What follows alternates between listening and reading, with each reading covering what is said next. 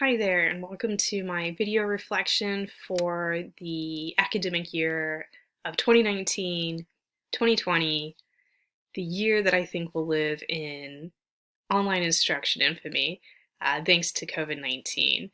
And in this video, I'm going to reflect on my work within the ePortfolios and Digital Initiatives program at Old Dominion University in the Center for High Impact Practices. But in regards to that, it will, of course, touch on the entire program because I oversee both our faculty development and administrative outreach and our student support for engaging with ePortfolios, or as I am very fond of saying, really we're just a synecdoche for digital literacy, which has become increasingly important.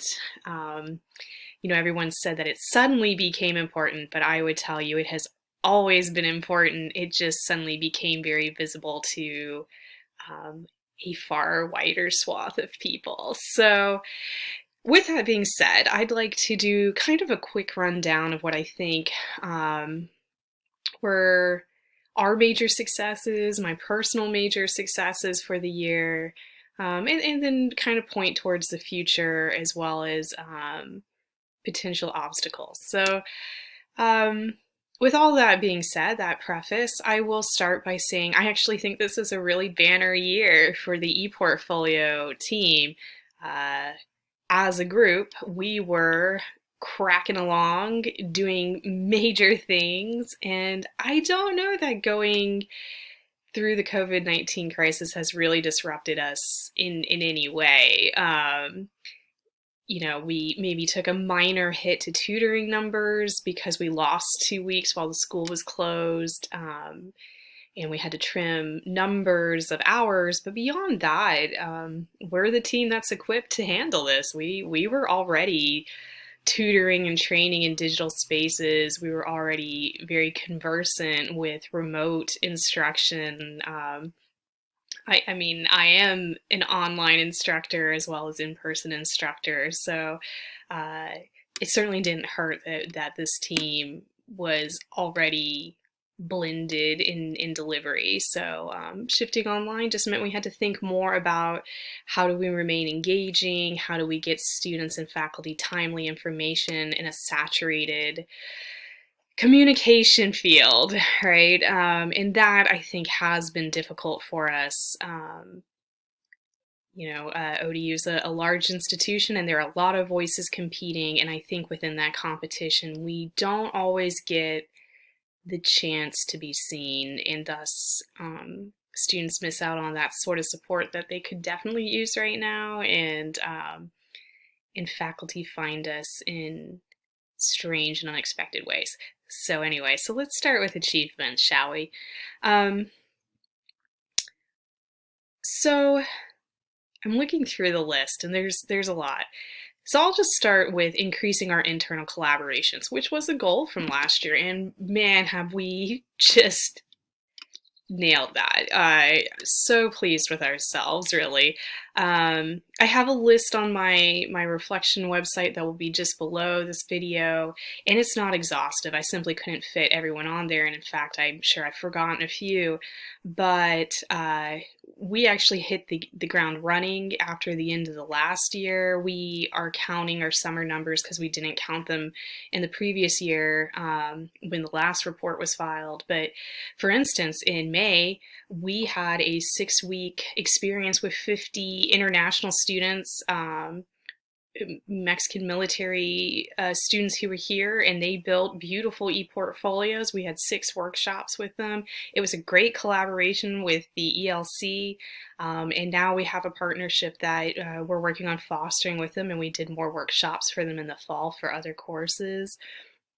We had our regular EP3 in August, which was well attended, well received, and seems to have made headway for us in various departments. We've worked with CDS a number of times, academic advising, ODU Online, the English Gen Ed program, communication, the Center for Faculty Development. We've worked more closely with our CHIP partners and HIP partners. We've seen an expansion of ePortfolio use in programs at various levels, folks who are either revisiting old EP requirements and either increasing them or streamlining them. Others who are evolving them. For instance, our honors college has always had, not always, since I was a GA for them, they've had really an archival EP, but now they're thinking about a showcase, and we've built a template for them in WordPress. You know, and the list goes on.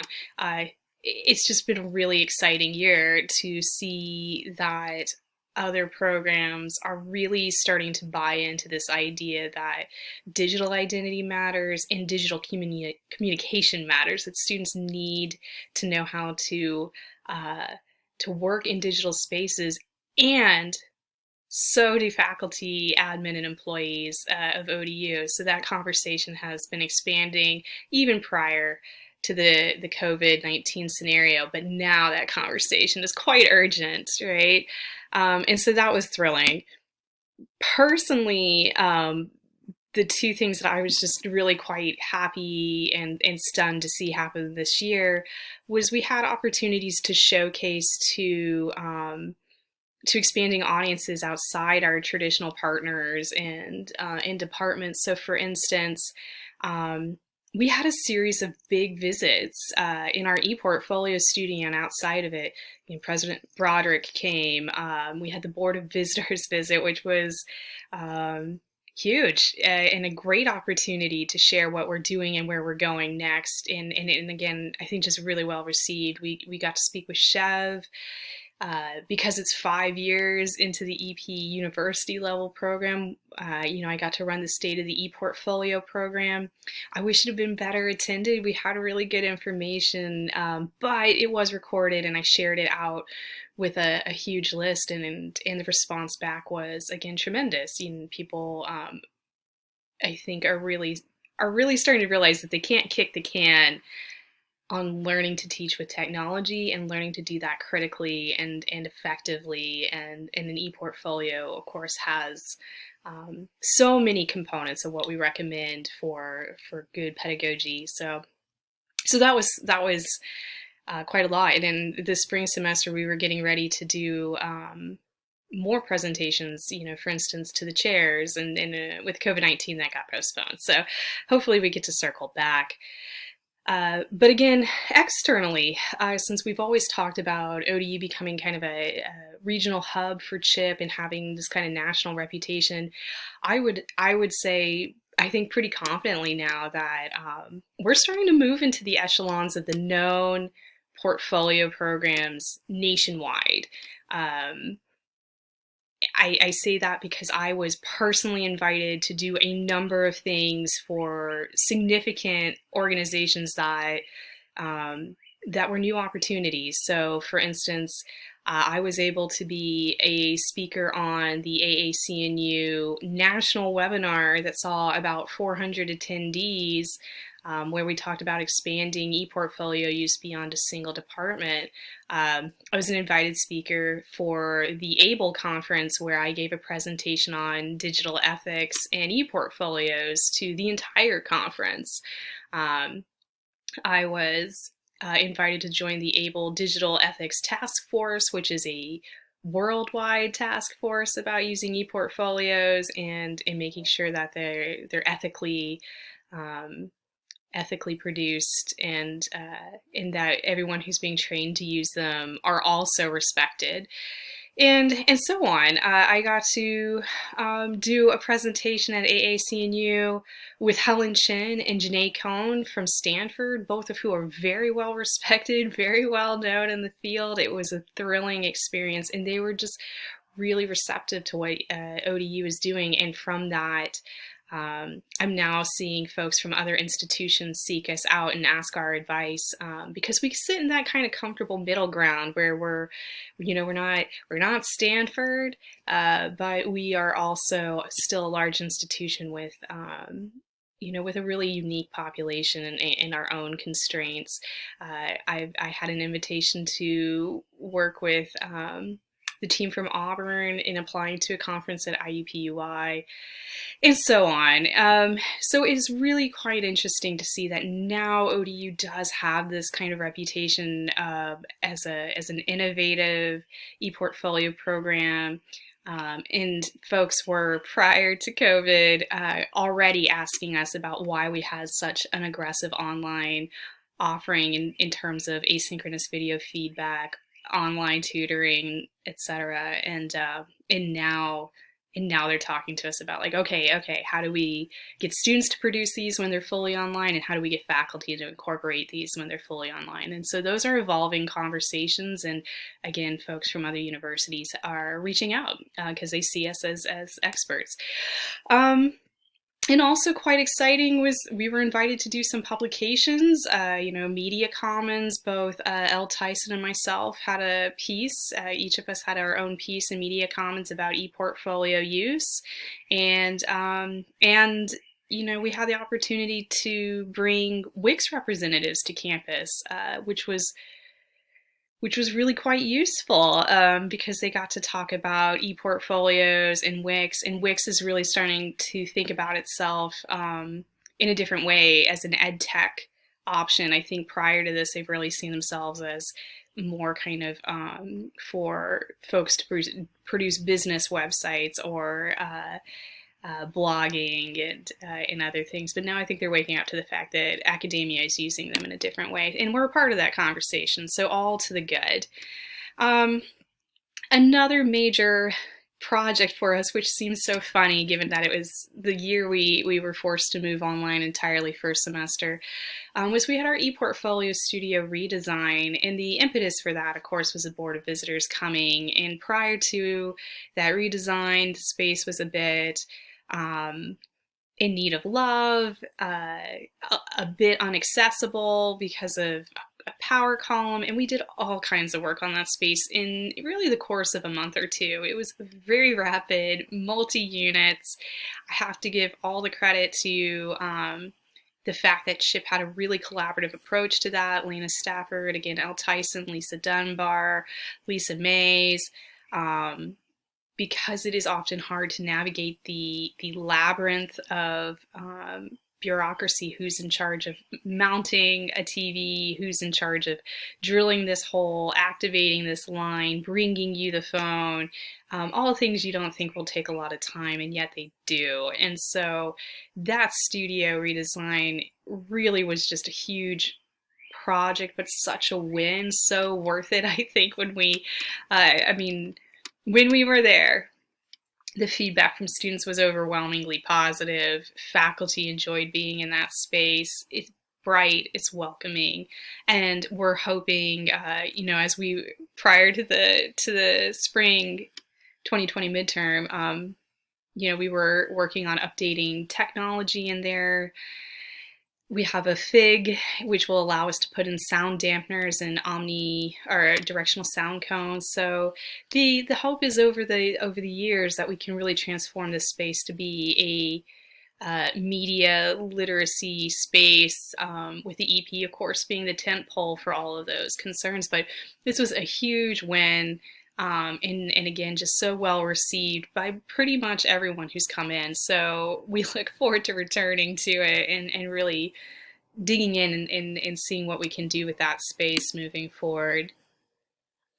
And I know I've gestured to this a few times, but when COVID-19 did impact us,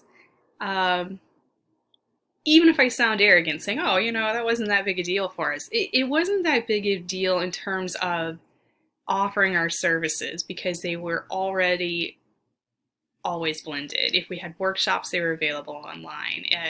If something needed to be asynchronous, we have an online answer to that. We have Slack. We have, all kinds of ways that we were already available. So that was fortunate because we then kind of got tapped to expand what we offer, to really become more digital media assistance. And that was fine. You know, we spent time training our students in tools that we knew faculty were asking students to work with. Um, you know, expanding what we offered so if students weren't familiar with Blackboard, screencasting, Slack, Teams, Zoom, you know, we were a team that they could seek out and ask those questions, and we would walk through material with them. Um, for me, what happened for me was that again, being one of the folks on campus that I think it's fair to say I'm fairly digitally literate and very comfortable teaching and teaching other faculty to use digital media and work closely with instructional design, is that I got pulled into the larger university conversations about online instruction, practical strategies for getting online rapidly, the distinction between remote instruction and what the rest of us really kind of consider typical online instruction. And and I had a number of colleagues who were reaching out asking me to do work where I was translating analog experiences into digital assignments. A lot of conversations about accessibility, the fact that students didn't have consistent Wi-Fi, what are the options for them, etc. All very exciting, but also really expansive, right? That's actually an entire skill set on its own to tap someone and ask them to share that kind of, you know, like I don't teach oceanography, but I'm thinking about oceanography assignments, which really aren't e-portfolio assignments. None of that's a complaint. I'm just saying that was a cognitive load I did not anticipate in the middle of a semester. I know nobody did, but it was a lot, you know. And I think the team handled it with grace. I hope I handled it with grace. And of course, again, I got to take part in national conversations about that because there were a number of initiatives that were tapping people to share strategies from their university. So really, COVID has, I think, been interesting because, again, I think it has opened the door to larger conversations about why digital literacy is important, not just for our students, but for our faculty and employees as well. And I'm really hoping that ODU takes this opportunity to re-envision a bit. I know the strategic plan is on hold. I know we don't know what the future looks like, but that's kind of the point, is that this is the chance for us to really invest in thinking about the digital landscape for education and move away from denigrating the mode of online, because it's just a mode of delivery. It has not a whole lot to do with content. It's all about design. And for a brief moment, all of ODU was talking about design, whether they knew it or not. And I'd really love for us to be able to be a part of that conversation in the future more visibly. Not me invisibly working one-on-one with people and no one knowing that work is happening, but having that really be acknowledged and be a significant part of ODU's mission would be, I think, a move in the right direction when people keep talking about higher ed is changing, and I would agree, it is changing.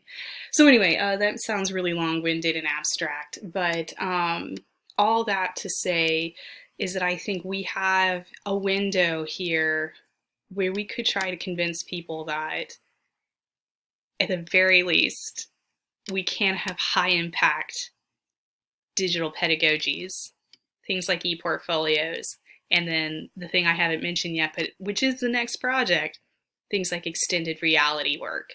You know, at the very least, if we're not willing to ask them to think about writing intensive courses online and service learning and internships, for us in CHIP and me personally, we can't have those conversations. So that's my looking forward, right?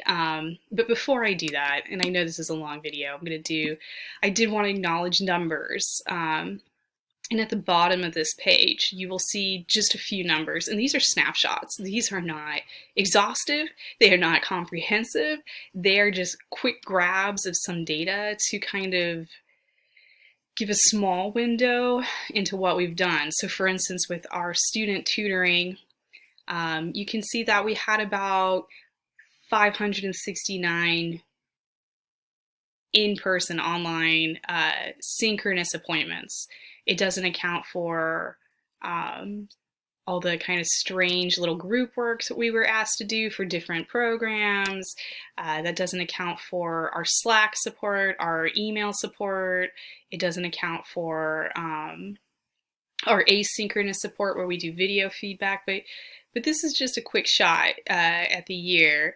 And then in terms of workshops, again, for students, and this is always an amorphous category because we do class visits and workshops.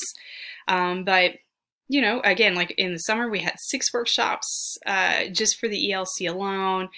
In the fall, we had 55. In the spring, we had 21 class visits, and we started offering something we call digital tool workshops. And again, this shows the power of workshopping in small groups. That got us close to 16, like over 1,600 interactions with students, right? And then the final column is an attempt to quantify all this training, presenting, running around. And again, I know it's in no way catching everything. But for instance, in terms of internal presentations at ODU, I gave 23 at least. In external presentations, I did 19. And so just from those presentations, training sessions, videos, etc., we reached about close to 1,400 people, faculty and admin.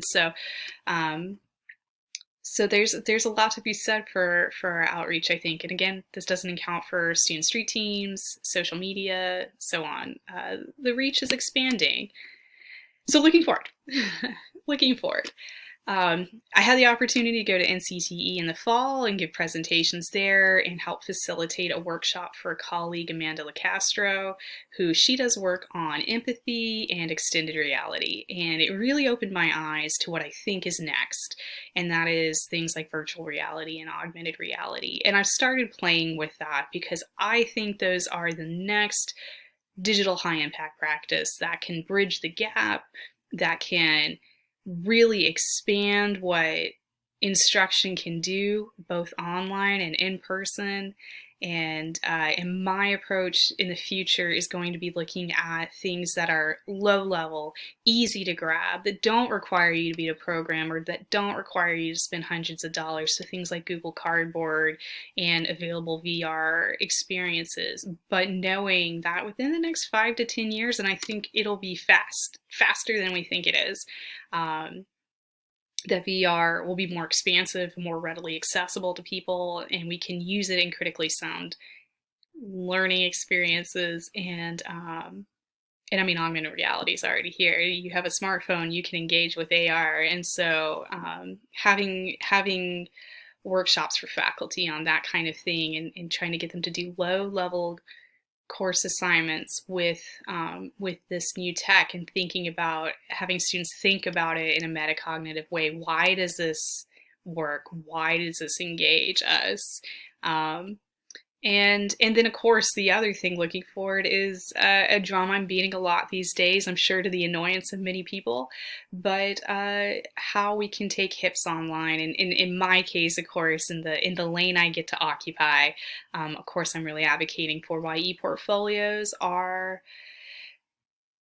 just common sense for an online instruction, why they're good, why they're beneficial, not just because they're digital, but because they do other things. They're an alternative mode of assessment that is unique to the student, that is iterative, it's process driven, it prepares them for the future, it's a digital literacy, and there's a lot of research to show that e-portfolios increase social presence, which is a thing that tends to be lacking in online courses. So students have a sense of connection to the course, the institution, their class community, if designed well.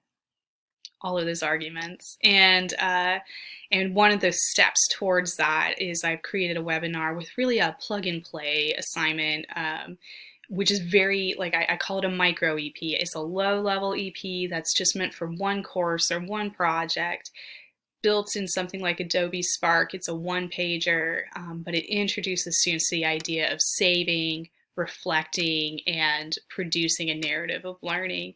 And I think really any faculty member could take my assignment, drop it in their class tomorrow, and run it.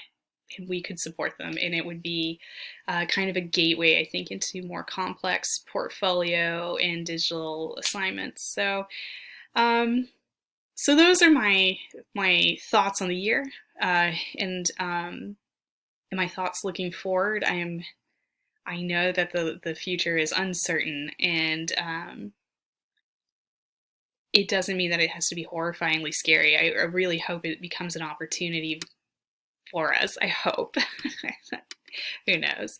I certainly am striving to make the case that ODU needs our team, but also needs that larger conversation. And I think I kind of gestured to, I think the largest frustration for me this year is that in the midst of all this growth, and I do think innovation and just phenomenal collaboration, by the team, internally, externally, with all kinds of units, we're having fantastic conversations. We're generating good work. We have strong relationships on the macro and the micro level.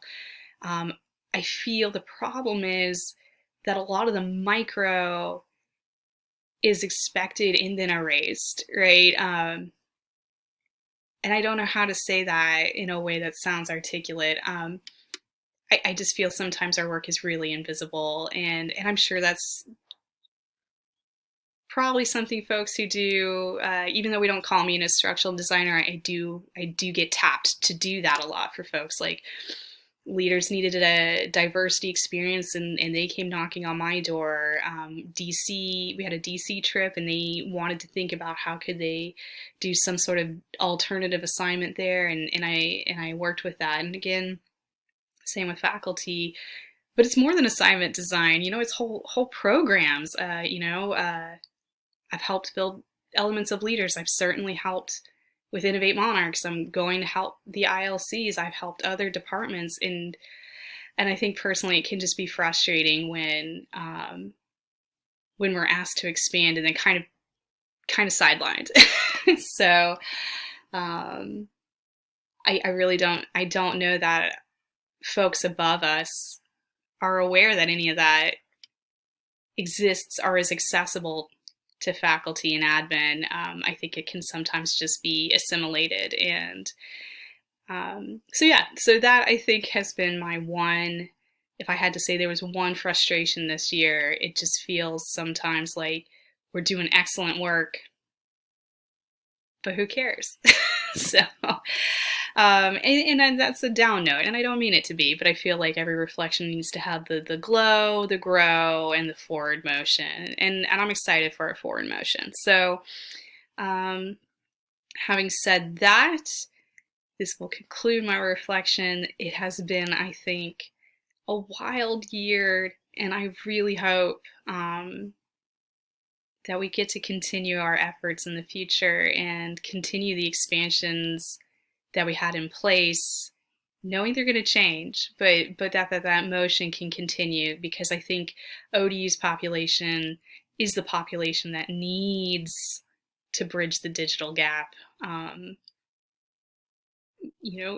quite explicitly. So anyway, I will end with that.